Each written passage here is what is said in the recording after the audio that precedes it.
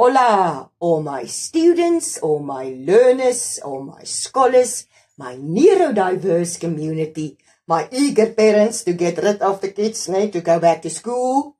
Welcome to Schoolwork All-in-One Fun with your autistic mentor and teacher, Bella Jansen. Alright, now today we're going to dive straight into what will be our first assessment, especially in Afrikaans, 'n Afrikaanse luistertoets. 'n Afrikaans listening test. Immediately we go like that, Now, a listening test in Afrikaans especially can be very difficult, but if we follow the recipe,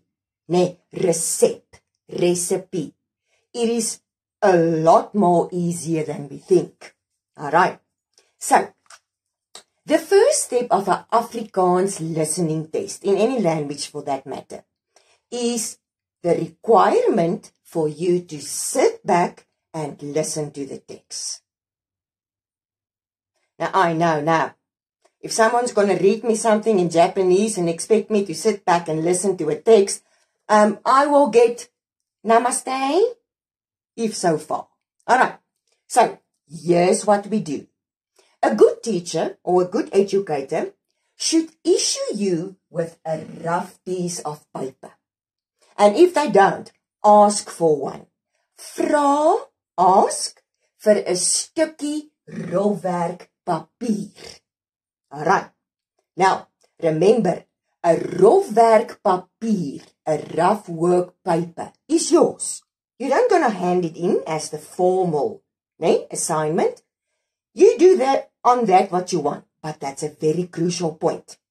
Okay, now the teacher says, fold your arms and listen to the text. Now, a good teacher will say, you may have a pencil in your hand, but you need to cover the questions, the formal questions, and you can take notes from the start. Now, step one, here's what we do. We listen, and every single thing that we can remember, wat ons kan onthou, skryf ons op ons rofwerk papier neer.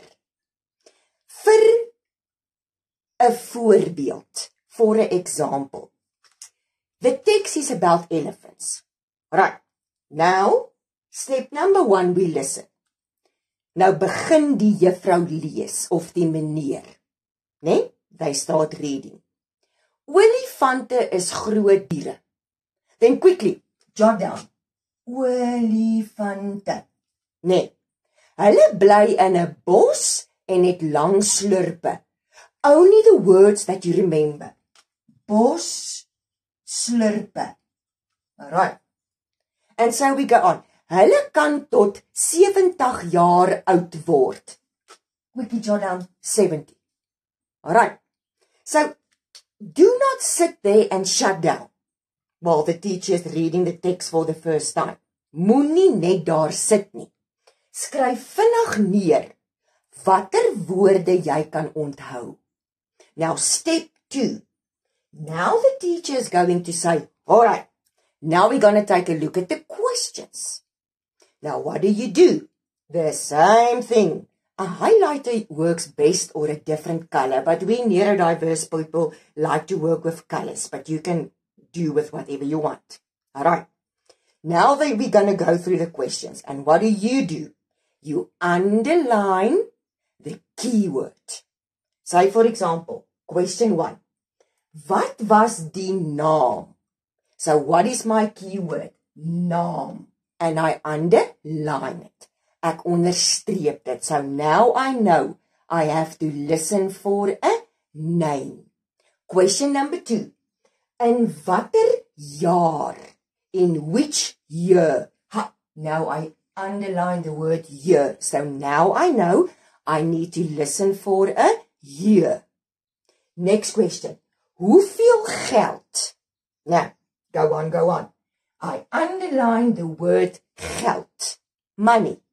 So now I know exactly which specific things I need to listen for.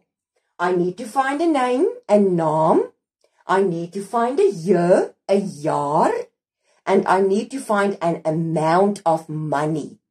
Hoeveel geld? All right. And then the teacher's going to read it for the second time. And the second time around, now you make your notes, continue with your notes based on your keywords that you have underlined. En dit is hoe maklik dit is. Then we know specifically what to listen for. En 'n Afrikaanse luistertoets werk soos 'n begripstoets. Dit is chronologies, chronological. So the first question, say for example, ek soek 'n naam, will very highly likely be in the first part. Nee, that will be read to you.